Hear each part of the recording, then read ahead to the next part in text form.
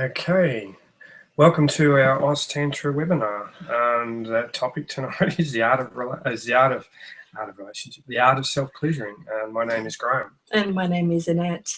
And here at Oz Tantra, we love to create relationships that are real, that are fulfilling, and that are shame-free, which is one of the reasons why we're tonight talking about that fantastic topic of self-pleasuring, which is also known as masturbation. And I guess the question begs to be asked, why is it that we're actually talking about masturbation? Well, we prefer to use the word self-pleasuring, and what we do in it, what we've noticed in our couples work is, and also too in the work with singles, is that those people that have really got this down pat and it's become a very important part of their sex life, it makes a huge difference. And those that have overcome the shame and all of the guilt and all the other crap that goes with it, those that have overcome it and made this into an important part of their sex lives have got a huge advantage. And we continually see that, and that's why we've decided tonight to do this webinar on the art of self-pleasuring, and what's all the fuss about and what's in it for you. So. And often when we think of masturbation, we think of it as being something that's very covert and under the covers, or in the shower when nobody's looking, something that's really hidden away. And whilst we're definitely not suggesting that you take it out to your next dinner party, depending on the dinner parties you go to, maybe. But might get another invite. That's right. It's really there's a middle ground that's not hidden and that's not overexposed, but it is really a place of just taking time to be with yourself, because that's really what the shame about masturbation is that we're being with ourselves in a sexual way. And why should that be any more shameful than making love, which is seen to be a very profound experience? Yeah, and it's not so much that about teaching what to do with this. It's actually getting out of our own way so that we can give ourselves permission to do this. And there's this huge cultural shame and guilt around self-pleasuring, and a lot of history, I suppose, and even with religion and whatever, some of the doctrine of some of the religious belief systems have all been this is stop it or you go blind. Huge shame in culture, going back 80, 100 years about this, that influences today about how wrong it is, and even to the extent that circumcision is carried on into 20th century purely and simply as it's a way to stop masturbation. And it's just there's a lot of bullshit, I suppose, about it, and part of what we're trying to do with this webinar tonight is to discount a lot of that. And it's a perfectly normal, perfectly healthy function, and those people that have grasped it and are really come to terms with their own shame and their own guilt and have got over that and are bringing it in, they've got a huge advantage in their relationship and their sex life. And it's something that we've found, and we continue to find that it really does make a difference. And depending on where you're at, and everybody's at a different place with that. And there's long-term couples that have huge amount of shame around self-pleasuring in front of each other, or even letting them their partner know that this is what's going on. And what we continue to see is that in those couples where they've actually used it as a shame buster, it's really opened up a new sense of pleasure and fun in themselves and also in their relationship. So the benefits of this are quite significant. Because even people who've grown up with parents who have been quite open about masturbation, there is still that it's supposed to be hidden away, it's supposed to be private, which is actually very true. But parents can get being caught private. up. Being private is a good thing. But parents, who've not necessarily felt that comfortable in their own selves have put shame onto kids when they find them masturbating, because it's touching themselves, and just it's very subtle. It doesn't take very much to put that shame energy onto the experience. So all of us really have some shame busting to do, and with masturbation, and it's about claiming back that ability to touch ourselves without shame, without needing it to be covert, but with permission. Giving ourselves permission is a huge shame buster. And men and women are in very different places with this too, because for men it's the odd one out that hasn't self-pleasured, and with women it's not something that women definitely do self-pleasure, but there's probably more women who don't. So both men and women are in different places about this, and there's different levels of shame. And men, because all our plumbing's on the outside, it's a lot easier and a lot more readily accessible, I suppose, for the want of a better phrase. But also too, that doesn't mean that there's any less shame around that. And men, boys in particular, as they're growing up, are hugely shaming around this very simple, very, very basic, and also very important function, the art of self-pleasuring. And what we're trying to bring across tonight is just how important it is. And there's a lot of information out there that says we shouldn't do it, but when you check into that information, it's based on beliefs and philosophies that really are ungrounded. And for me personally, I don't know of any information that says that it's bad, any genuine information that says it's wrong or harmful or anything like that. And if anybody out there's got something, by all means send it to us. We'd love to know about it. But at this point, there's no sound logic reason as to why it should be a problem. And the problems are cultural, and it's shame, it's guilt, and all that sort of stuff. And that's what we're looking at talking about tonight. Probably the one place that masturbation is talked about in a negative way is around addiction to self-pleasuring, and particularly in relation to pornography. And I see that as a bit of a problem, because what it does is that it gets the person who's stuck in that vein, it gets their body habituated into one way of being, and then it makes them really limited in when they want to go into a more expanded experience, or when they want to go into lovemaking. It makes that harder for them to shift, because their body is into that old habit, that way of being that's largely about releasing tension, releasing stress. Sometimes it can be releasing emotion, sometimes it can be even saying, expressing anger towards women or the opposite sex. There can be lots of different reasons why we masturbate. So it's not only just giving ourselves permission, but it's also looking at what are we actually doing when we're masturbating. Are we just having a good time? Is there something else going on that we can benefit from looking at? And it does serve a practical purpose too. And I mean, self-pleasuring does serve a practical purpose, and the practical purpose it could be is just what Annette said, the release of tension, great sleeping tablet, particularly if you live on your own, and if you're single. And there's huge positive advantages in that, but because there's so much shame attached to it, a lot of the positiveness is overlooked, and the shame kicks in, and it's sort of like the last thing at night, or it's done in a way that's actually dishonoring of ourselves. And the art of self-pleasuring is actually bringing it out into the light in your life, not taking it out on the street or anything, but in your life, where it's actually a positive thing, and it's an important part of your sex life and your connection with yourself, and most importantly, honoring the sacredness of your own body, your own amazing sexual that's your own amazing sexuality. That it's awesome. And the more you know about this part of yourself, the more you understand how your body functions and how sexual you are, the more is available for when you're with your partner. So it's not about taking away. What we're talking about is actually learning and bringing into your relationship in a way that actually really does bring something in. And learning and approaching self-pleasuring in a positive way, a curious way, and learning how to do that. But also too, if you're in a relationship, sharing this part of yourself with your partner, and it's something different to do, that you're both self-pleasuring with each other.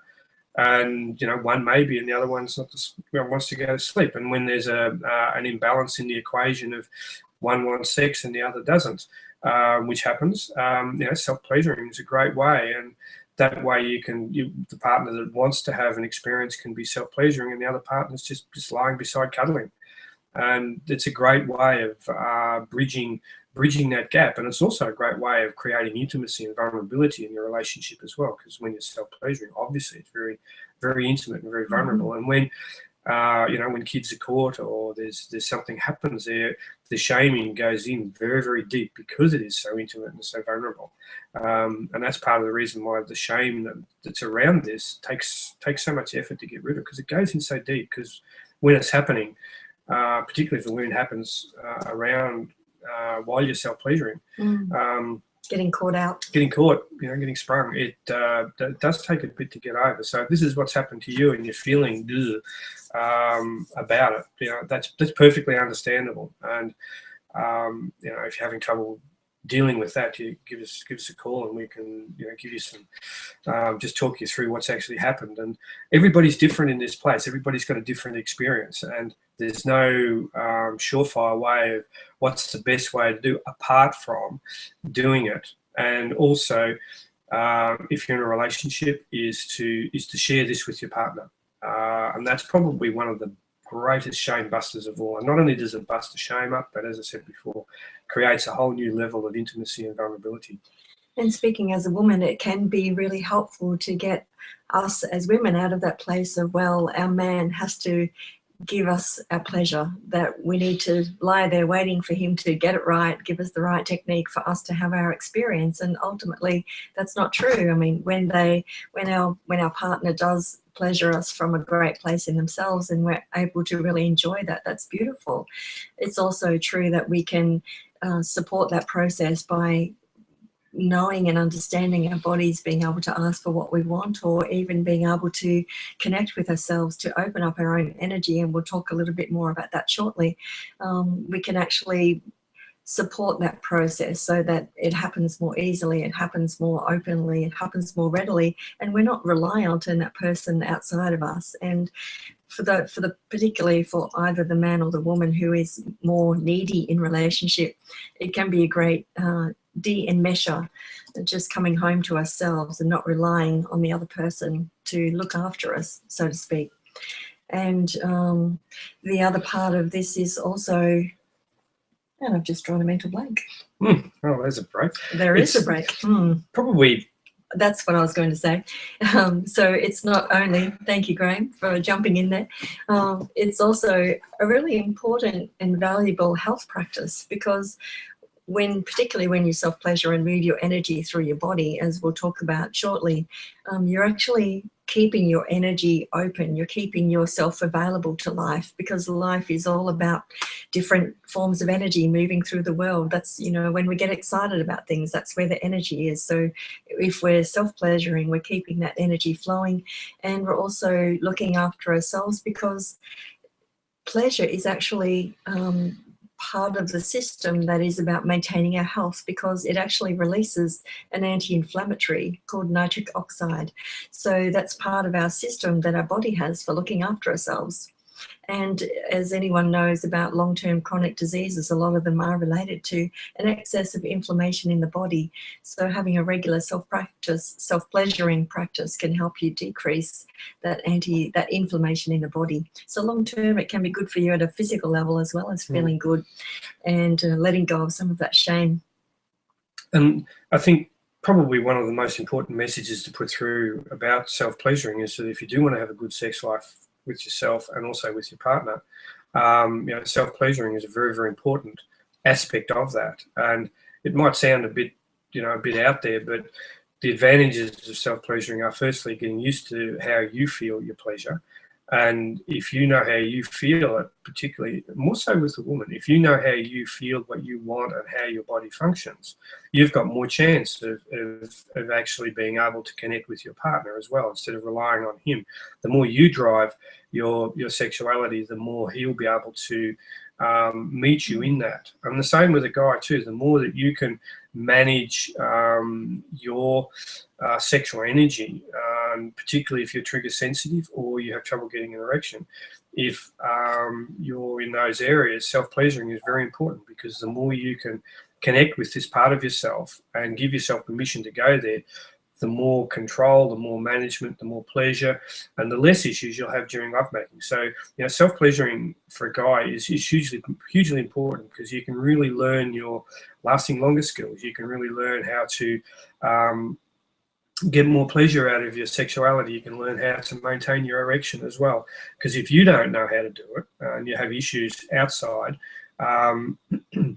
you're not going to really achieve much in lovemaking. So the more practice you can have outside of lovemaking, the better off and the better lover that you'll end up being. And it's hugely important. I can't understate that enough for men, that teaching men how to get over some of their own sexual dysfunction issues, the physical issues. Self-pleasuring is hugely important.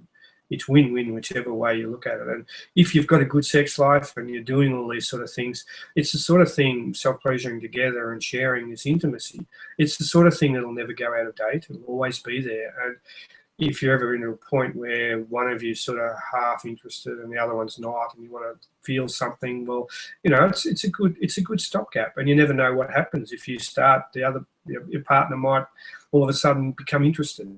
And it always makes a difference. And getting past the shame and the guilt and all that sort of stuff is the first part. And if you've got shame and guilt around your self-pleasuring, most likely you're going to have more shame and guilt around your sexuality as well. So it comes out in self-pleasuring, and by playing with this game, playing the self-pleasuring game, is a really great way of actually healing a lot of the sexual issues that you may be having. And a lot of the time they don't come out until you start getting into a relationship or you start getting a bit older. And self-pleasuring, is really important self-practice, because it's what creates a really solid foundation in yourself for a really good sexual relationship with your partner.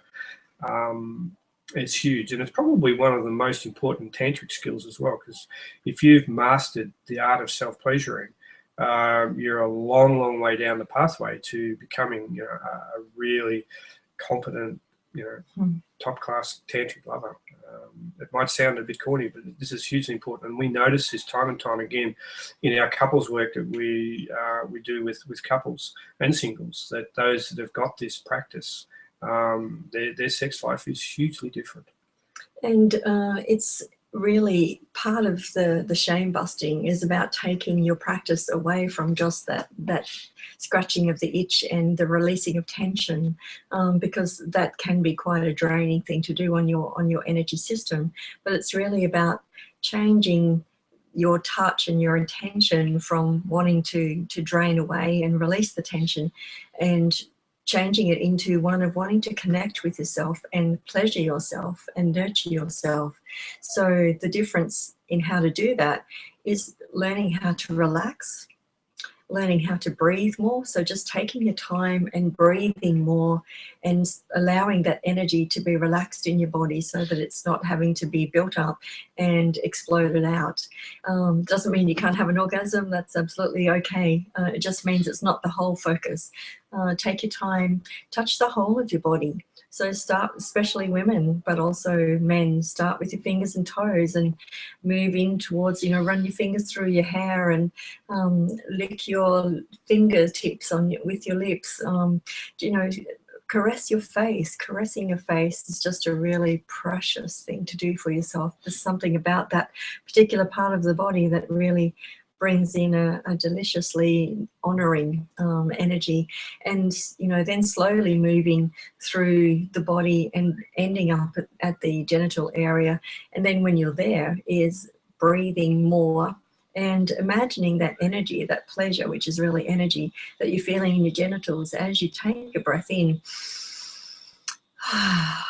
Just imagine that energy is moving up through your body and out through your body as you exhale.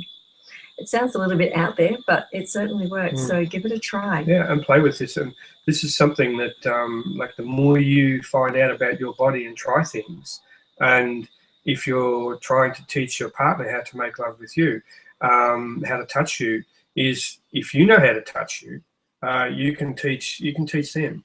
And if you don't know how to touch you, if you don't know what you like or whatever, that can also be hugely limiting for your own level of pleasure. And simply playing with this and trying these things out for yourself and specializing in pleasing yourself, that's probably the most important thing you can bring into a relationship, into your sex life, because if you know, you'll be able to teach your partner. And if you like exploring this part of yourself and doing this way, it can become a very important part of your foreplay. It can become a very important part of your sex life, and there really is no limit to it in what you can actually do and bring in your relationship.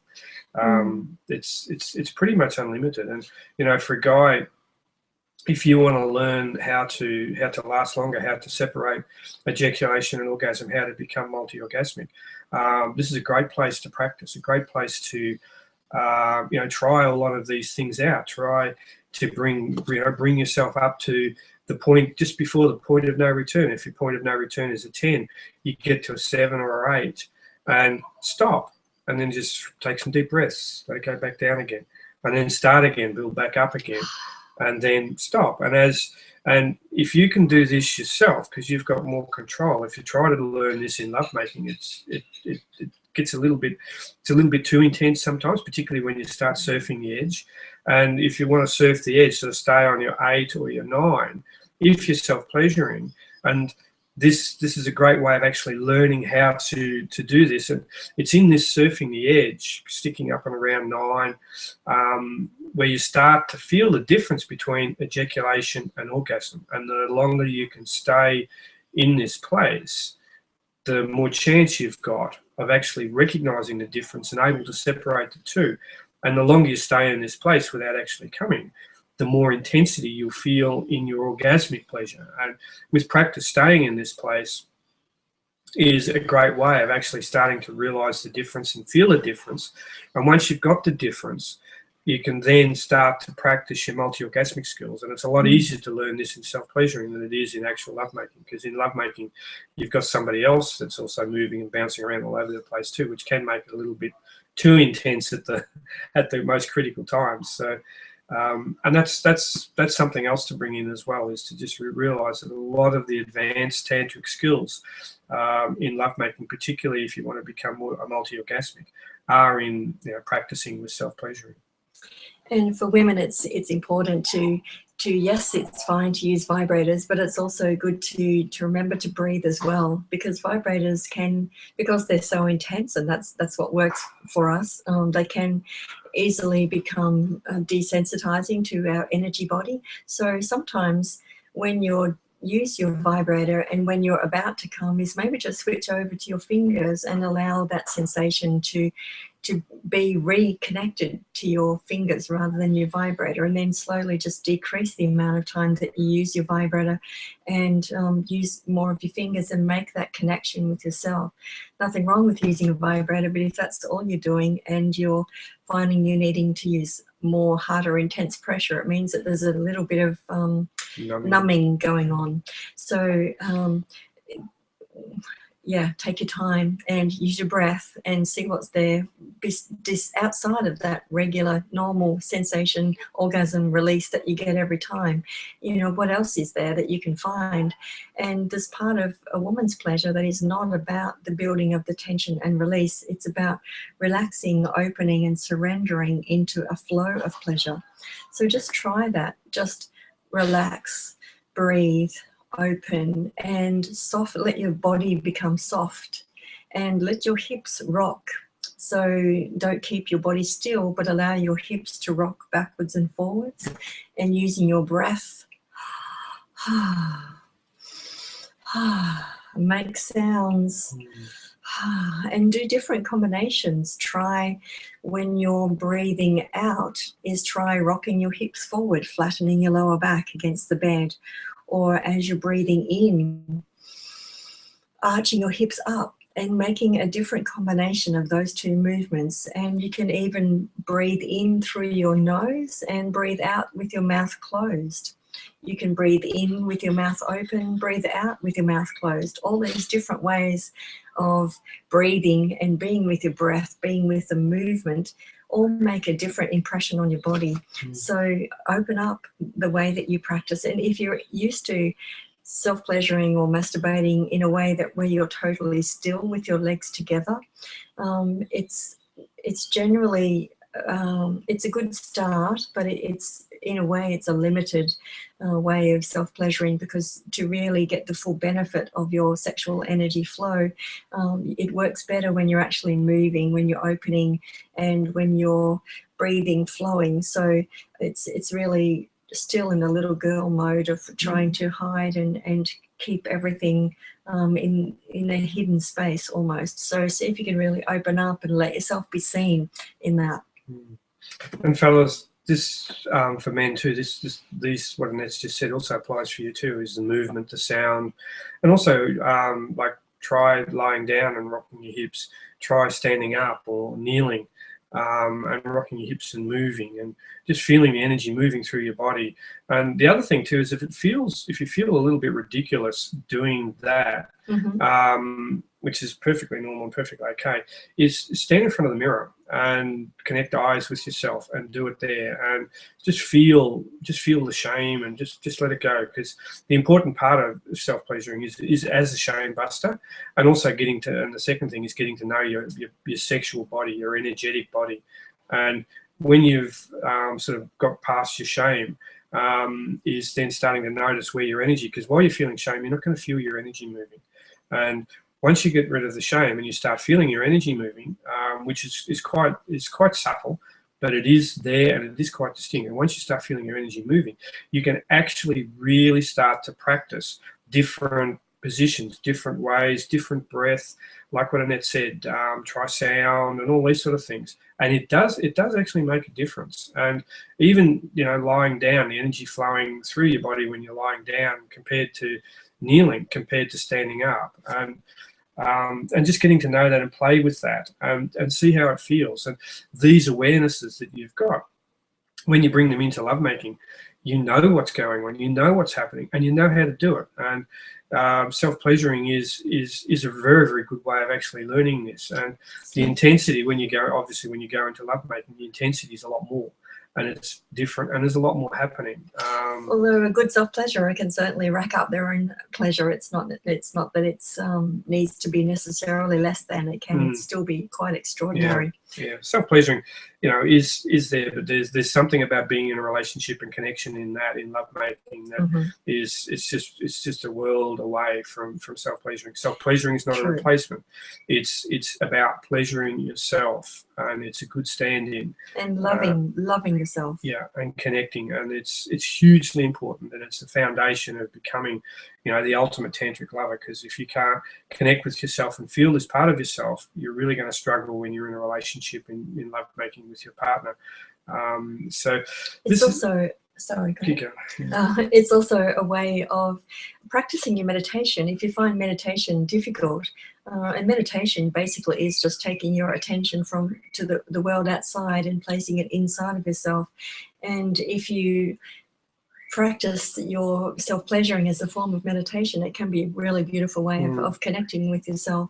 And you can also even bring in some of your meditation practices, like placing a hand over a chakra or moving your sexual energy up to your third eye and then through your body, just intuitively sensing where the energy wants to go, taking it up the back of your spine, over the top of your head to your upper lip on your in-breath, and then back down to the front, down to your belly, down to your sex center on the out-breath. Playing with some of those kinds of more advanced techniques can be a really beautiful way of bringing in your meditation practice. And I guess one of the other things that we didn't really cover is what does shame actually feel like? We're talking about de-shaming. So what does shame actually feel like? And shame is a feeling of wanting to hide, wanting to disappear, feeling really extremely uncomfortable, wanting to get away. Or heavy. Or heaviness across numb. your chest, numbness. Yeah. And if you really want to know what it feels like and you're challenged by this, is simply stand in front of the mirror and look in your eyes and see what you feel like, and stay there for 5 minutes or until so. You can feel yourself really comfortably present. And get to know yourself. And if you're not aware of what shame is, this is usually a great place to find it. And if you're having trouble in this place, you know, by all means, give us a call and do a Skype. We don't do any close off work with Skype. It's all close on. So don't ask those questions. We won't be asking you to No. self-pleasure or anything like that. And there's no need to. If you want to do that sort of thing, there's plenty of other venues. We're not one of them.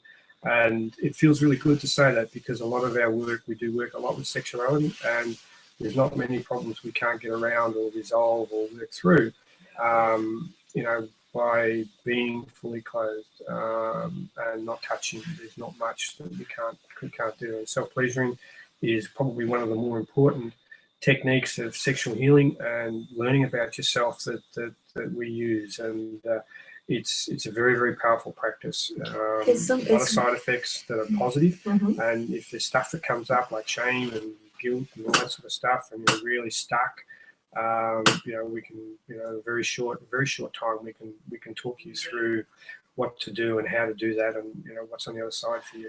And just one of the final things is, it can be a really, on a very serious note, it can be a very powerful way if your first introduction to sexuality was against your will, against your consent. Being able to consciously self-pleasure is a powerful way of reclaiming your body, reclaiming your right to your own sexuality. And you know, you just need to go into that practice with that intention of, I'm claiming my power back for myself. I'm choosing to be here, and letting go of any of those old imprints that have been placed on your body against your consent. So you know, there's a lot in it. Yeah, it definitely works, because I'm a victim of sexual abuse myself by my mother, actually. So, you know, this journey of self-pleasuring has been huge for me, and it will continue to be a big part of my healing, and also too the connecting with the gifts that have been in all this for me too, the hurt, the shame. What came out of that, there are a lot of gifts, and it takes a lot of courage to actually move through that. And if that's also your journey and you're looking for somebody to talk you through it, you know, give us a call, because we do a lot of work around sexual abuse, and we get a lot of success. A lot of very happy people come out of it. We're creating their own very self-satisfying, fulfilling sex lives, not only with themselves but also with their partners. So with that, good night. Thank you for watching. And any further questions? Get into your self-pleasuring. Yeah, any further questions, get back to us. info@oztantra.com. Yep, through the website. See ya.